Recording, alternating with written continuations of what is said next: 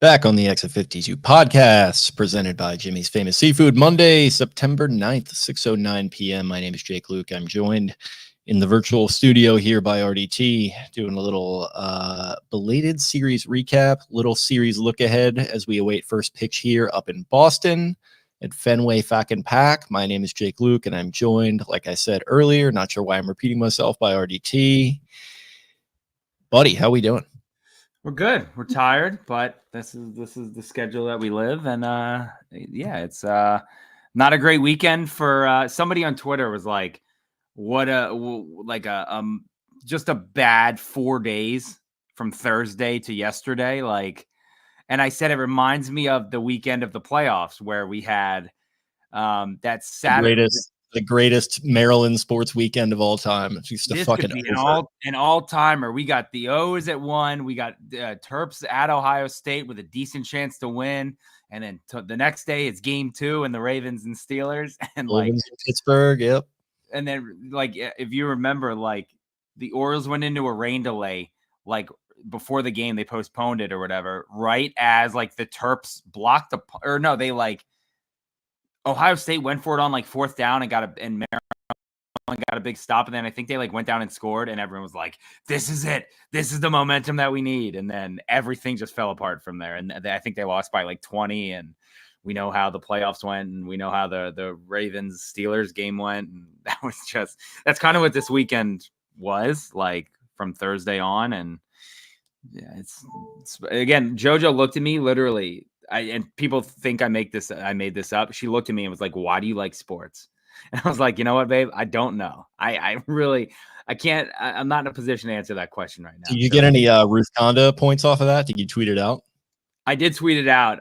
I'm sure nobody said anything. I'm sure there were people who were like, "Oh, he's making this up." But I was just like, I don't know. I don't know why I like sports. And she was just like, "Oh, okay."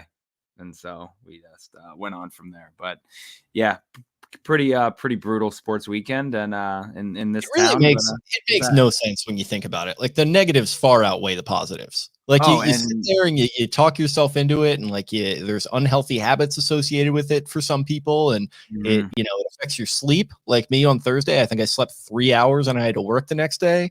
Now here we are doing this. I don't know. It's just the value proposition just doesn't seem to be there. I've been doing some thinking about it lately for no reason in particular. Is the juice worth the squeeze for being a sports fan? You say that it's not, and then you see your team win a championship, and it absolutely is. So I've only really seen it once, but let me tell you, it was pretty great. So yeah, I have the Caps and the Terps, and that's it. And the Terps, I couldn't even celebrate because I was sitting in my basement getting my haircut, literally as the final buzzer went off, so I couldn't do anything. Why my mom was giving me a haircut on a Monday night and at 9:30, 9:45 at night, I couldn't tell you. But that's not even back to school either. That's middle of the spring. Yeah, I think I just needed one, and I was like, "Oh, all right, let's do it now." And she used to cut our hair, so yeah, that was a good one. Fair play. Yeah, well, you hit the nail on the head there. Orioles, a tough 3 games here. They welcome the Tampa Bay Rays into Camden Yards. They got off to a solid start, I would say, on that Friday night game, winning that one 2-0 on the 6th. It wasn't necessarily a dominant win, but they did what they had to do. We had Dean Kramer on the bump, making his return after getting smoked on the wrist there. It looks like he kind of grew a second forearm, but he's back within a matter of days. Throws a clean 6 innings, what you would call a very quality start, 2 hits, 7 strikeouts, and 3 walks, no earned runs. Orioles wind up winning 2-0 on the strength of a Gunnar Henderson home run. And Little Jackie, I think he might have had a sacrifice ground out. He drove another one in there. So you wind up with 2-0 in that first game. Felt like the positive momentum was continuing. I see you on X checking off each win and loss here in December. You had us in the green there for, I think, 4 out of the first 5 or 3 out of the first 4, whatever it was.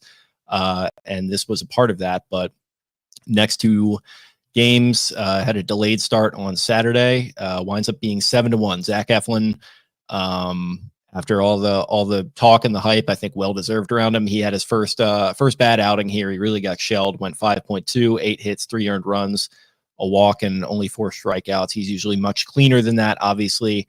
Bullpen, they didn't necessarily get waxed or anything, but the game was kind of already out of hand at that point, but we saw a little bit of Greg Soto. We saw some Matt Bowman, saw Burke Smith, and Craig Kimbrell just getting thrown to the absolute wolves there, which is kind of really his only role with this team at this point. Unfortunately, you wind up 7-0 there. Like I said, but the offense not doing much. And then yesterday, I think really that was a concerning one for me. You lose 2-0 in that Sunday effort. Corbin Burns, you've been absolutely just riding the guy hard, just into the ground here lately. You're not the only one. There's another radio host in town who's kind of been on that block too. So it's good to see two kind of like minds thinking together there. But yeah, Corbin goes 6 innings, 7 hits, 2 earned runs. It wasn't his cleanest outing either, but 2 walks, 3 strikeouts. I think he left the game in a little bit of a spot of bother, but ultimately the bullpen was fine too. You had Matt Bowman and Keegan Aiken coming in. But ultimately the story of that game for me was the offense just once again not showing up really at all. I mean, it was a painful kind of just sleepy Sunday watch. At a certain point, I was just kind of paying a little bit more attention to the red zone that I had on, watching some NFL football. I was just like, this is, it. Like the Orioles, probably since the end of May going into June, they just have games like this where they just come out there and the bats just do not do anything. And this was certainly the case for them. Gunnar Henderson, 3 hits. Outside of that, Cedric is the only one who had the hits. Cedric with 2. He had another one that he kind of laid off there like he did in the Verdugo game. But yeah, outside of those are the only 2 guys that registered a hit. Sprinkle a couple of walks in there with Holiday, Mayo, and Adley. And yeah, to me, this was kind of a nadir. So, on this, at least on this resurgent little bit of run that they had, this was a really tough one to swallow for me, because it just continues. The Yankees thing just continues where they're either within a game or a game and a half, one of them kind of taking the lead, the other one taking the lead, that kind of thing. And it's just, you can't afford to have that many more performances like this if you want to go and win the AL East. I mean, I think they'll probably make the playoffs at this point. I think that's maybe pretty safe to say, but you just can't afford to have a ton of more games like this. I don't think it was a tough one to stomach. Yeah, I didn't see yesterday's at all. But I was getting the texts and tweets and all that, and it was like, apparently they had first and second, no outs in the 8th, I think, and it was like 3 straight strikeouts. So they loaded the bases early, stranded them. First and third at one point they stranded them. It was brutal. Nice, good stuff, good stuff. And again, no productive outs. I mean, they're not. The offense is just not doing anything. Randy Carmelo's there, sick, sitting by himself. It looks like. I don't know what. I don't know what was going on with that. The Orioles tweeted this picture out of Melo at the game, which is great. I mean, I'm glad to have Melo kind of involved with both teams, Towson Catholic's finest. But yeah, this was a bizarre picture that kind of summed up the game for me. A player who is maybe known for disappearing in big moments throughout the course of his career. We obviously love Stay Melo, but he's just kind of in it, sitting on an island by himself. Looks like he's having the time of his life. I mean, we were talking about Sergio Dip before we got going. As you can see, Carmelo Anthony on the screen having the time of his life. But yeah, he didn't have much to cheer for that day. No. But again, it's just, we talk, Gunnar 3 for 4. That's awesome. He does win the AL Player of the Week. Good for him. He's starting to heat up. Cedric moved up to the number 2 spot tonight. Again, those are the only 2 guys who had hits yesterday. Everybody else laid a big fat egg. And like you said, it's just more of the same. Like this shit's been going on since June now. And it is kind of misleading. I mean, the Orioles have they've scored the 4th most runs in baseball since the All-Star break, which doesn't really compute or make any sense.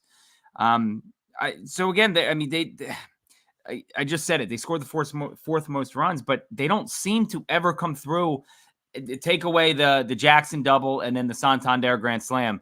Before those, what was the last big hit? Like, you can't even say Mullins was, the day before the All-Star break, because Verdugo botched that. But this team, I mean, this offense, and now it's not even like home run or bust. There's no home runs now. Like, they're not, somebody, I think they said Colton, what's his name? Connor Norby has the same amount of home runs or more than the Orioles infield had, take away Gunnar Henderson, I think, since like the All-Star break.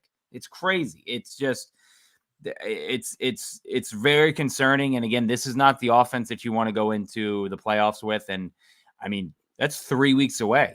The season's done in 3 weeks. Like, this is it's very concerning.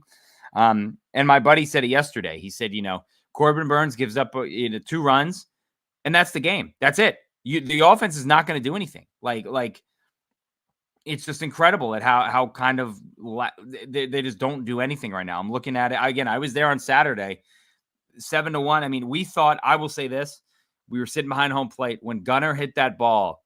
I thought that ball was 15 or 20 rows deep, and he was holding his bat up and he was walking down the first base line. And I was like, this ball is fucking tanked. This ball is out of here. That's that's what they need. 3-2 count. Gunnar battled that whole at bat. And I was like, there it is. That's the one. And I was getting ready to turn around. I'll say this too, the Rays friends and family section, we were 2 rows in front of them. By far the most obnoxious group of fans that have ever been around. Taylor Wall's family deserves fastballs right to the teeth. Taylor Walls, that's just really shocking to me, huh? Crazy. Just how did you want to get into a fight with them? If you're batting under 200 and just hit your first home run of the year, you should not be allowed to celebrate in any certain manner. Oh my God, crazy. But I mean, when Siri went up, as soon as I kind of saw him like stutter stepping at the wall, I was like, don't do this. Like, don't just let this one go. I said, this ball's 10 rows deep anyway. It was not 10 rows deep. And he went up and got it. It was very similar to the Mike Trout, JJ Hardy one. And that just sucked the wind right out of the ballpark. That was just brutal. And that's when my daughter looked at me. It was like, can we walk around now? And I was like, yes, we can. Absolutely, we can. And we never went back to the seats. Daddy's going to go take a long walk off a short pier, actually. She was like, let's go to the playground. And I was like, would love to go to the playground right now. Let's do that. And Mullins hit the home run. But like you said, the Eflin, and I mean, that says a lot about him that what was it? 6 or what was his box score? 5 2/3, 8 hits, 3 runs, 1 walk, 4 Ks, 2 home runs. If that's his worst, I mean, that's by far his worst outing as an Oriole. And that's perfectly okay. That's good for a lot of other starters. I mean, he didn't have a bad game. He was kind of sprinkling the hits here and there. And obviously Yandy had the home run to start it off, but he had a stinker by his own account. But it wasn't like, the Orioles were in the game up until the bullpen came in. And then again, it was the kind of the runs of the bullpen who came in and let it get unfolded. And I was already at home with a milkshake by the time Kimbrel was in, and you talked about it too. I think now you got to either cut bait with him now, or he's not going to make the playoff roster. He can't make the playoff roster. He can't pitch in any sort of situation. Like, he comes in and mop up, gives up hits. He gives up a wild run, wild pitch, and guys are scoring. He's what Mike Baumann was earlier in the year. He's exactly like just a meat shield. When the games are over, you just send him out there and just protect the rest of your pitching. Like, yep. But again, like, it's not like it's like, oh, okay, clean inning mixed in there by, Baumann would do that every now and then. Like, oh, okay, there we go, Baumann. Kimbrel is he's a lost cause right now. And again, it sucks that there's not more guys like, banging on the door. Like, I wish Chase McDermott was healthy. I wish there were some more pitchers in the minors. Hunter is was throwing well for AAA, but Kimbrel, that's the least of their worries right now. But again, the hitting is disgusting. Unproductive, just nobody gets going except for Gunnar. It really is time for somebody to pick up, the rest of the pieces. And so getting into that a little bit, I did want to bring up interesting article in the Banner here by Andy Koska, talking about Adley and some of the struggles that he's gone through. And there's a lot of good stuff in there. It sounds like Andy and the Banner crew got some big access, as we'd say with my guy Brandon Walker, to Adley. And so they were talking to him, I think, at the dugout, just sort of interviewing him for a piece over, probably a number of media availabilities. But the one quote that I wanted to highlight in here from Adley himself, and we've talked about the injuries, we've talked about the wear and tear. Over the course of the season, your body gets more tired, and a lot of times when your body's breaking down like that, unconsciously, you do things different, Rutschman says. I'm starting to compensate a little bit here, and then a week later, you're like, oh, shoot, my hands are right here right now.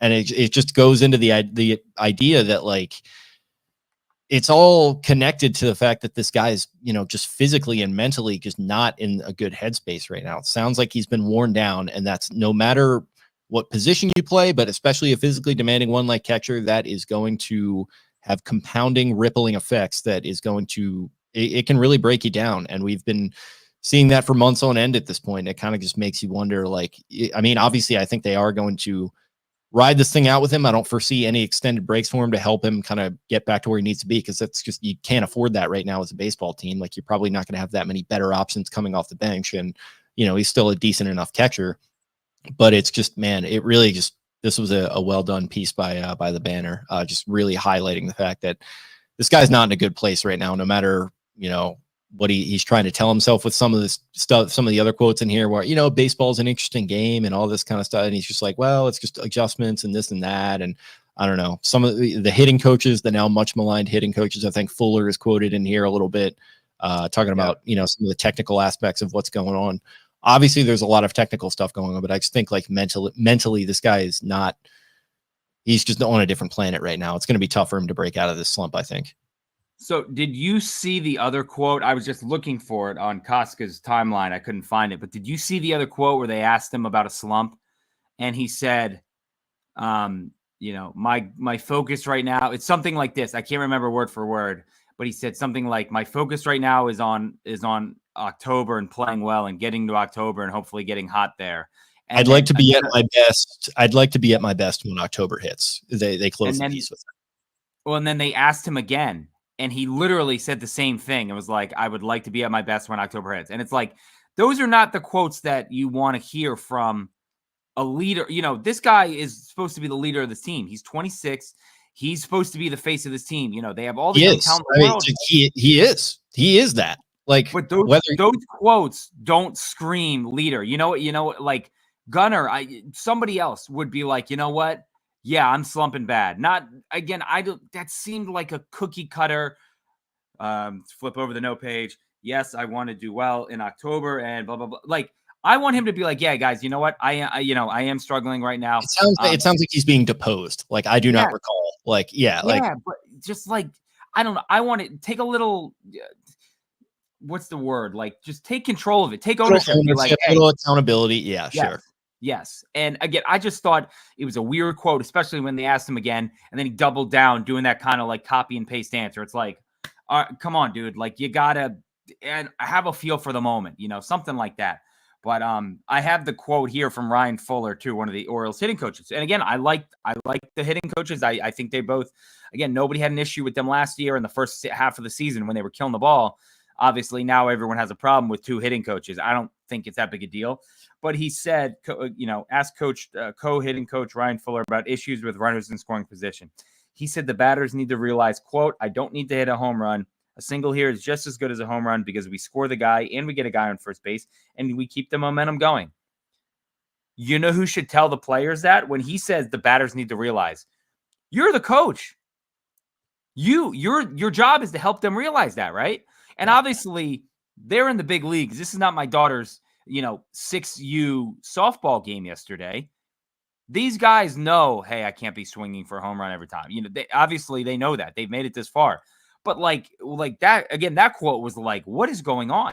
Like, the hitting coach is being like, hey, guys, it's okay to do that. Like, they need to realize this. Go in the batting cage and tell them, show them something. Like, it's the technical stuff that we're doing too, talking about whatever stat or whatever metric is telling them to get under the ball more. Andy writes, according to StatCast, Rutschman is hitting under the ball 33.1% of the time. He was under the ball only 23.8% of the time last year. So almost a 10% uptick in trying to hit underneath the ball there. Mm-hmm. And it's just, it definitely shows. I mean, it definitely shows that he's chasing, he's trying to get under the ball. He's trying to hit for power. And he can certainly do that. I mean, Spenny makes the point. He was a good power hitter earlier in the season. He was in the Derby last year, Yeah, and maybe it speaks to a lack of sustainability with that approach, especially with a guy who, like we said, is going to get beat up. And Andy also writes that Adley claims to be healthy, and this is another thing that kind of annoys me in here. He claims to be healthy, although he admitted that by playing catcher, he is, quote, getting beat up every day. I mean, you're either hurt or injured. Come on, Adley. He also, he missed two and a half games, 2 games with a back injury 3 weeks ago. Like, that's, again, it's I don't know what's going on. Hit on the hand on June 27th too. That's another thing to bring up. Foul ball, the foul ball off the hand. Again, I don't believe that there's the locker room dissension that everyone talks about and blah, blah, blah. But it's just like, there's got to be something. Like, I was just talking to my dad and he goes, I think it's time for a closed door meeting or players only. I said, no, I think that ship has sailed. I said, the time to do that was a month ago, like, this is, you're kind of rearranging. Like I said, there's 3 weeks left. You're rearranging shares on the Titanic. I don't know. I mean, again, I just looked up Adley's numbers over the last like 42 games, 48 games. He's under 200. He's 2 home runs in that time. And, one of those home runs came in the game right after the All-Star break. Like, he's hit 2 home runs since the All-Star break. That's crazy. Andy opens the piece too, talking about him, I think, either striking it. Yeah, he struck out in the 8th inning on Sunday. And he really let out the frustration. I think he like slammed the bat or something. And like Ulysses, Ulysses, the photographer, our friend, has a really good picture of him just screaming into his bat. Like, and that's like that. I think it's good to get that kind of stuff out. And it goes into like the body language conversation we've had with Adley in particular, who, when things are going good, you don't want to call him a front runner, obviously, but like when things are going good, he's happy-go-lucky. I think you should leave quotes, and he's, dancing around and hugging guys and like, just having a ton of fun. And, you want to see that side of him. And we know that side of him is obviously still in there. And like, it's not easy to like, you don't want him to like falsely muster that stuff when things aren't going well. So I'm not saying that I want to see him do that even when things are going poorly, but I do think it's a good thing for him to like show the frustration a little bit too, where it's like, yeah, you know what, get it out, like be pissed off. And it's like, it's where I wish he was maybe a little bit more evocative and a little bit more self-effacing in what he was talking to Andy about, where I wish he would say like, yeah, you know what, this fucking sucks right now. Yeah. Like, I'm playing really poorly. Like I need to be better, like as opposed to just kind of mealy mouthing like, oh, well, October comes around, we'll see what happens then. It's like, nah, man, like you're Adley fucking Rutschman. Like go act like it, Yeah, and again, for the amount of shit that people gave him, Chris Davis was a guy who would be like, hey, listen, I mean, again, never afraid to snap a bat over his knee. I'm not saying Adley should do that. I don't want to advocate for that. I feel like Chris probably had the better kind of quad and bicep setup to more easily make that happen. Yeah, but again, even like Adam would show some frustration. Gunnar on Saturday, after Siri makes the catch, Gunnar takes his helmet and slams it, and the face mask thing breaks off it. Yeah. It's like, it's okay. Like you said, it's okay to let that frustration out and to like. And that's where I get into the idea that like Adley is the leader of this team. Adley is the face of this rebuild. He is the beating heart of every personnel move that Mike Elias has made since he has been here. He is the dude. Gunner's production is obviously better. Gunner is the better player, the bigger superstar, but Adley is the face of this whole thing. And when he's kind of moping around and he's got the bad facial hair, which I'll continue to bring up, and I think he needs to get a high and tight haircut, when it's just not looking aesthetically good and he's just not showing anything one way or the other and the results aren't there, I think a lot of these guys are going to take their cues from him, whether they realize it, whether he realizes it, whether Brandon Hyde or any of the brass realize it.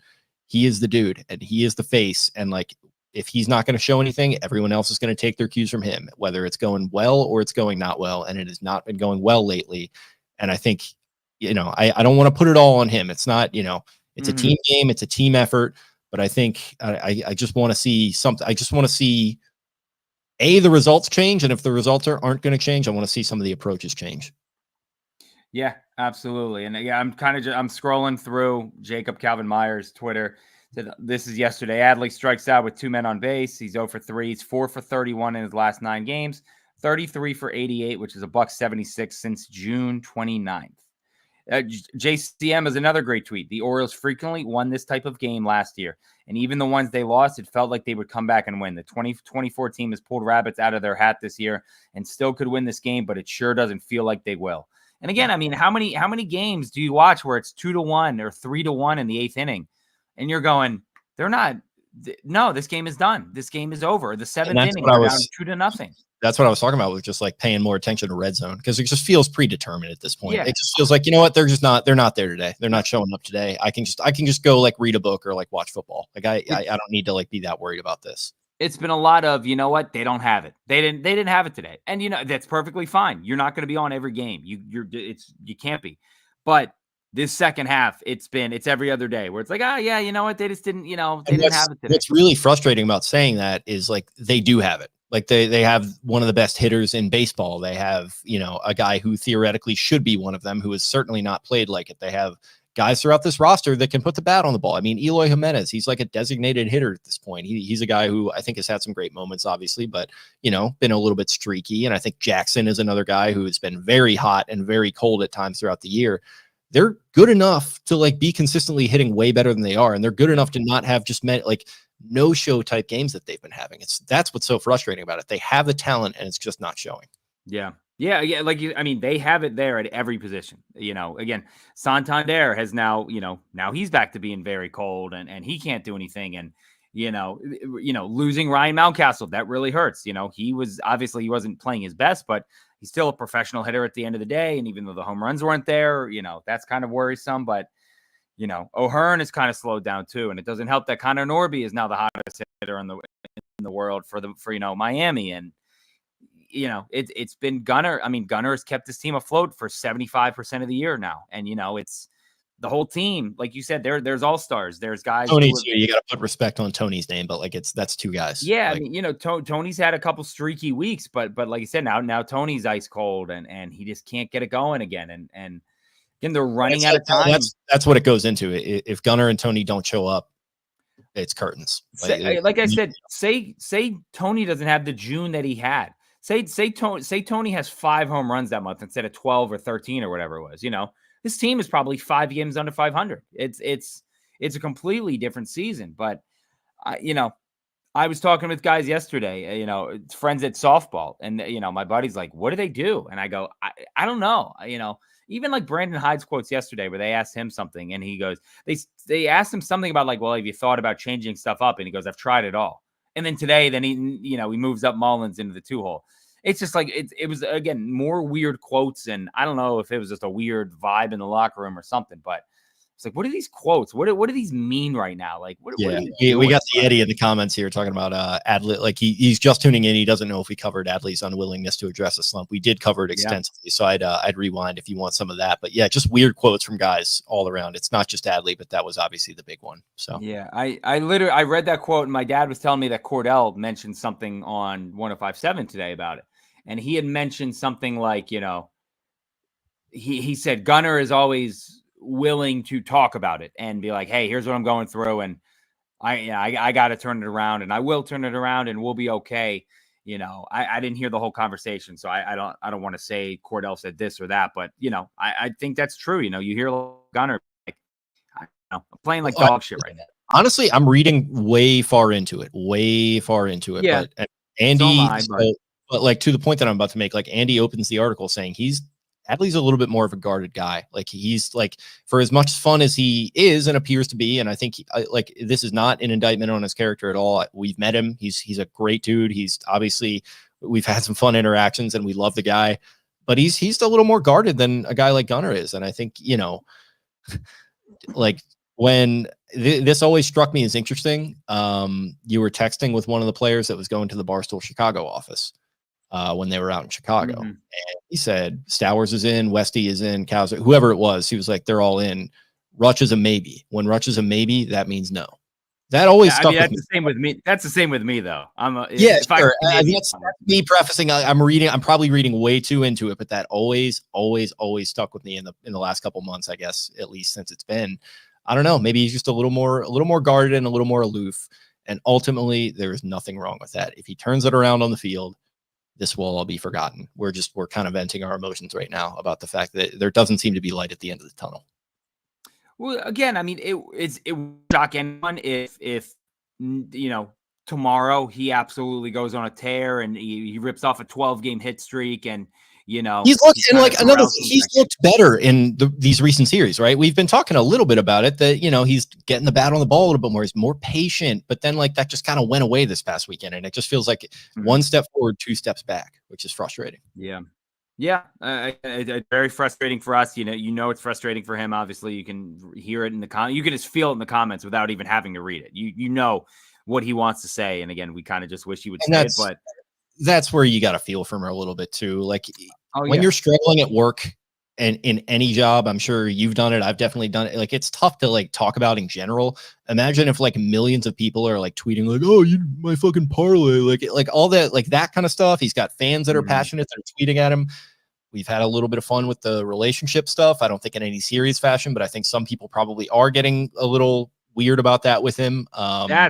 That's the shit that annoys me, where it's like, this is, people are like, you got to break up with his girlfriend. It's no, like, shut it. That has zero to do with anything. I think that's the stupid, dumb part of TikTok or Twitter. But again, I talked with another player this week about that, and he said, hope the fans aren't weird about this. And it's like, these guys see, they see things. They don't live Twitter when I do, but they see things and very conscious of it and wary of it. So, like, that's the shit that's like, what do you like? Do you want them to do well? Do you like that? I don't, that's what I fully don't get. Kimbrel is one thing, but like openly shitting on guys who, or we are counting on, we are willing, that we're trying to will them to win a World Series. Like, what are we doing there? Like, that's insane. But yeah, there's definitely people who have taken it to that level and are like, oh, this chick, she sucks. You got to break up with her. Like, yeah, that'll fix his hands being too, him hitting under the ball 33% of the, that help.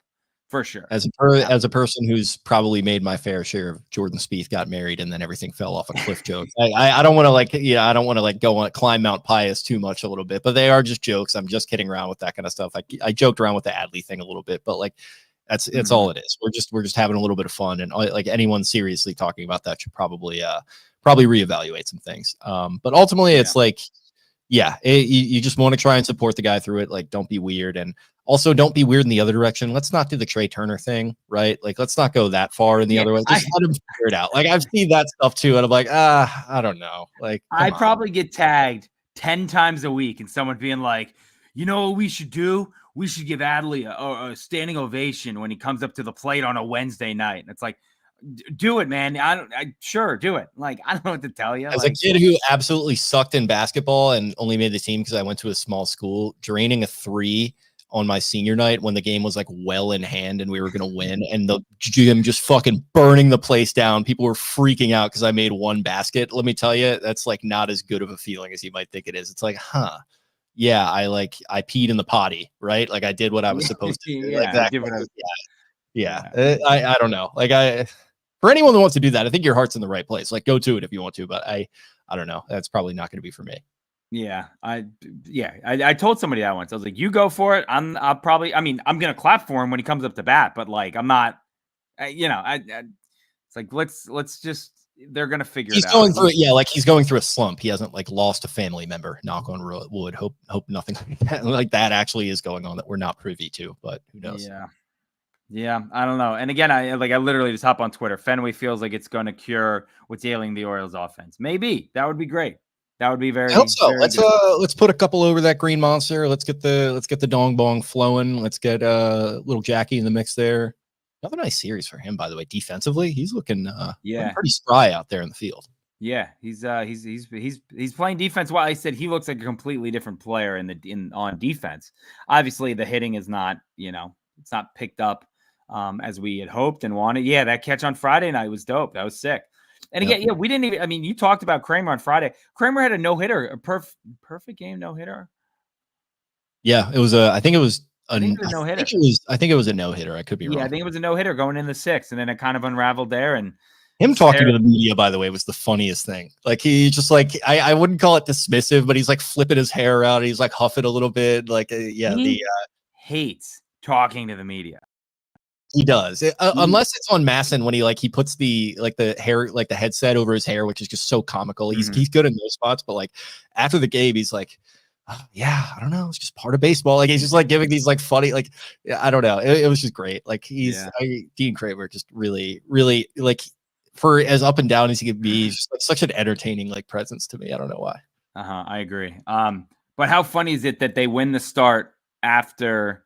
The start they win, the game they win in the series is the first start after he gets that like goosebumps type. You know what it reminded me of? That the thing on his forearm was the bugs in the mummy that crawled under people's skin. Sure. Remember that? Like, that's what that reminded me of. But they win that game.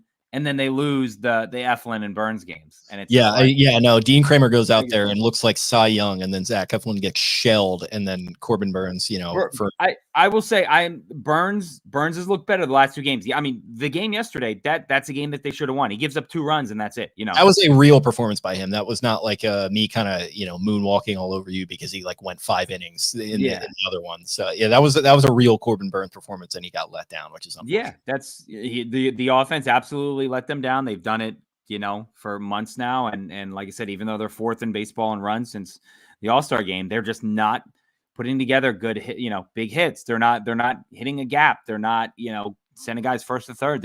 They're not coming through in any big spot. It's gone, and it's strikeouts, and it's weak pop-ups to the right side of the infield, and just, that it's just that over and over and over. And it's just exhausting to watch. Exhausting. It's just, the strikeouts really, really kill me, because there are guys who are looking at balls right down the plate on 3-2. And it's like, you gotta just know what you're looking for and try to attack it, not just watch a ball or a pitch right down the middle on. Per Sig Meidel, it is statistically smarter to strike out looking, because you could get the call.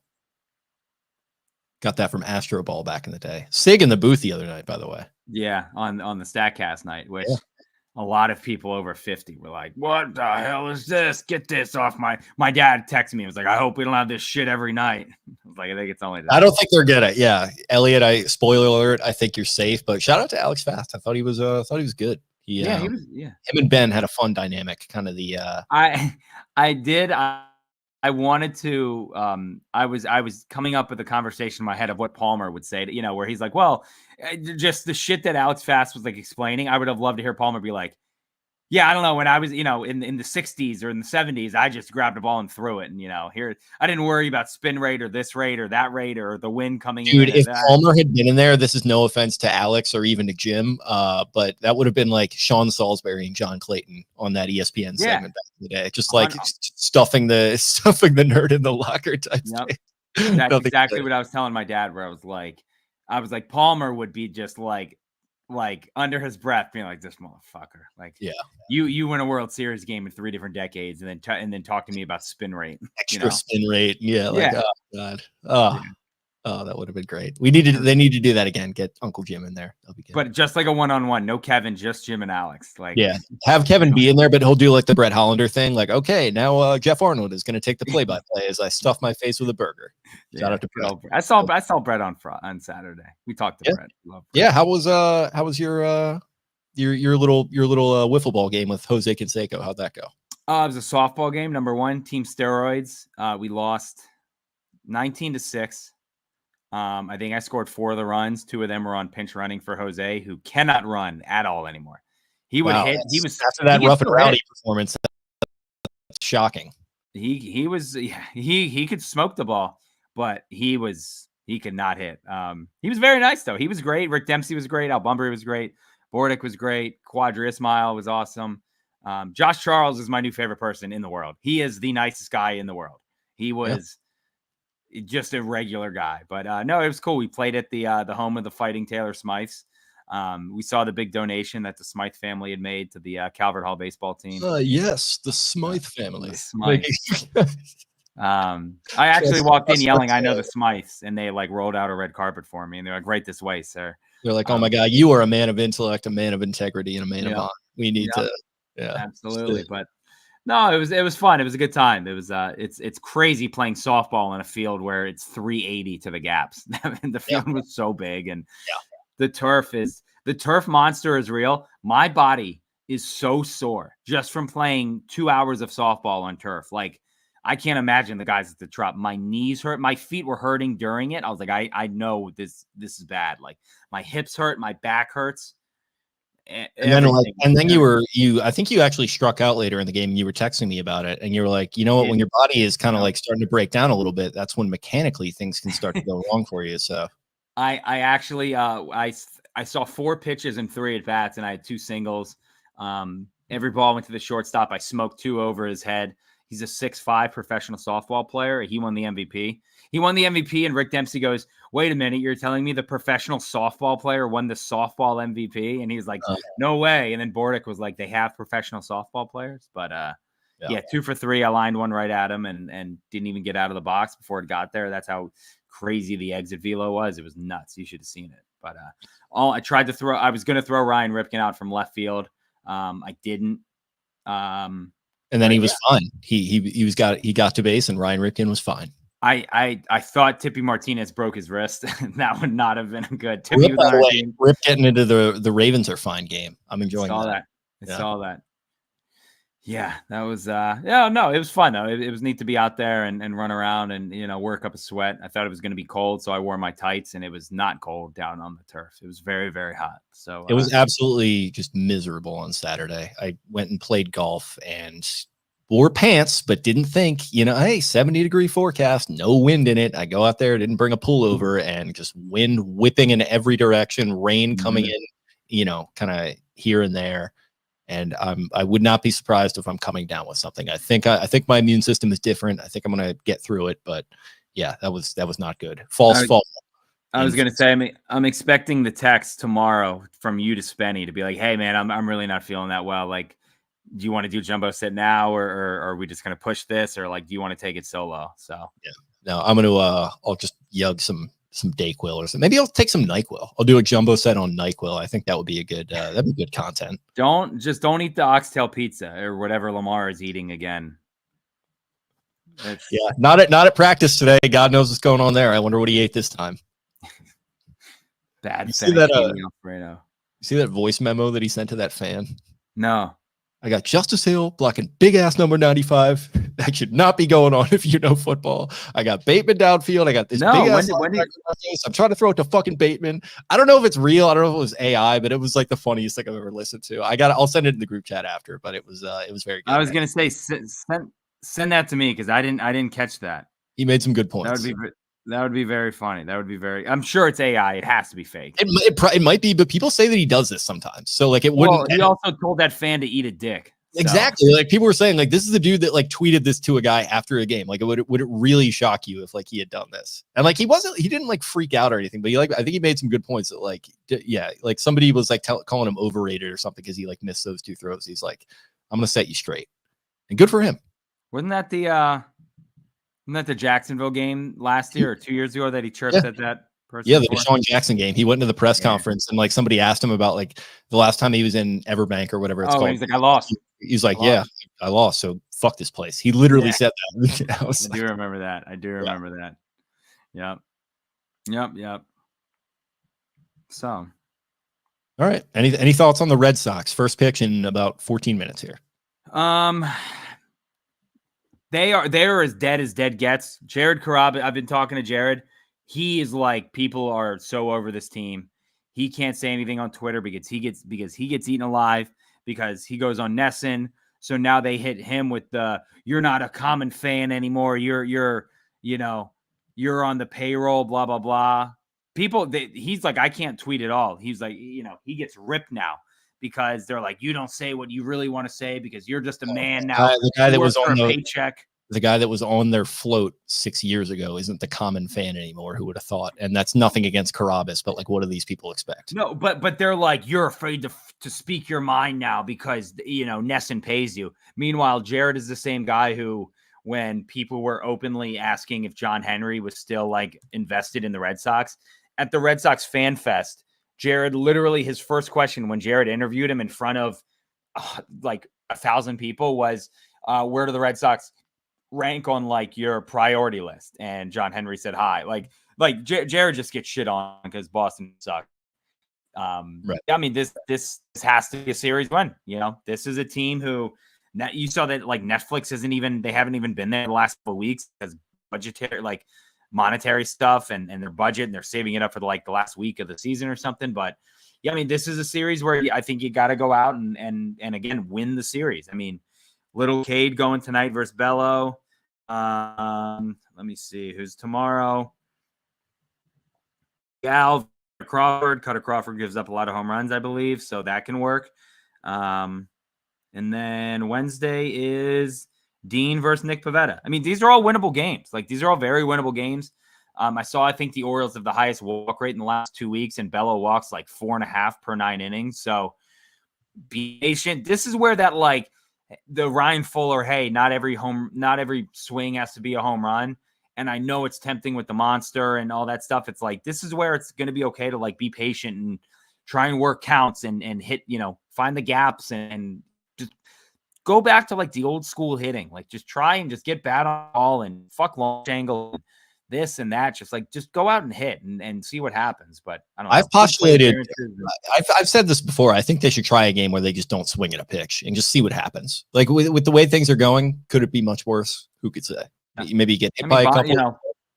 I mean, they scored. I mean, didn't they against the White Sox? Didn't they score like 8 without like putting a ball in play? I know they loaded the bases without putting a ball in play the one night. And then Eloy, he popped the one up and the guys ran into each other. So that was not credited as a hit and they freaking cleared the bases or whatever. They scored 2 at least. Yeah. So, yeah, I don't know. Again, they got to snap out of this. And again, it's late very quick and they're running out of time. And, we'll see if I keep as a one TV man myself, we'll see how long I stay on Orioles Red Sox. And if I jump over to Rogers and the 49ers. Game. I'm riveted by the idea of that game. I cannot wait to watch Rogers tonight. I'm so excited. I know. It's exciting. Crazy that it's been a year since Sharif Floyd. Was that him? Right? Yeah. Well, it's been a year and 2 days because that was on 9/11. So in 2 days it'll be on 9. In 2 days it'll it's essentially it's a year and 2 days. So it's essentially a year. Yeah. Crazy. Great jacket by Melanie right now. If you're watching pregame, I love that jacket. It's fire. She gets some fits off here and there. I'm familiar with Melanie's game. She's got style. So I'll let her fiance know, Andrew. He's very happy that they beat as a big Patriots fan, he's very happy that they beat the Bengals. Nice guy. The best. Very, very nice. The best. Handsome man too, by the way. Kind of a rugged, handsome quality. Handsome as all hell. He gets it. He gets it. Okay. Is that all we got? I think so. As I open your text and I can listen to this later. But again, just, I don't know, figure it out. Try and get through these slumps. And again, hopefully Gunnar can stay hot and other people follow suit. And, just win, baby. Right in front of you. Al Davis is just win, baby, win. It's right in front of us. Shout out to Aaron Boone. Jason Gore, I just got to go get it. All the greats, take their advice and go out there and get it. Thank you guys for listening to us vent about the Orioles here and talk about Adley Rutschman for half an hour. It's much appreciated. Thank you as well to our sponsors, Jimmy's Famous Seafood Presenting, Black Eyed Susan Spices, Fed Thrill Sunglasses, Clipper City Barber Company. Spenny and I might be doing a live jumbo set out of there again tomorrow night. We'll have to see how the scheduling and my health hold up. But that would be great. We appreciate all the listens, everything. If you like what you heard, subscribe on YouTube, leave us a nice comment and a like on all the videos. Spread the word about Exit 52. We appreciate you very much. You can find us on social media at Exit 52 Podcast on X and on Instagram. I am at Jake Louque. That's Louque. Eric is at EDITTI22. Brian at Barstool Banks. Taylor at Taylor Smythe 10. And Spenny at Ravens 4 Dummies. That is the number 10. Error number 4. What am I talking about? I mean, I really am scrambled. My brain is just scrambled right now. This is the number 4 in the middle there. Thanks as always, and we'll talk to you guys again very, very soon. Bye.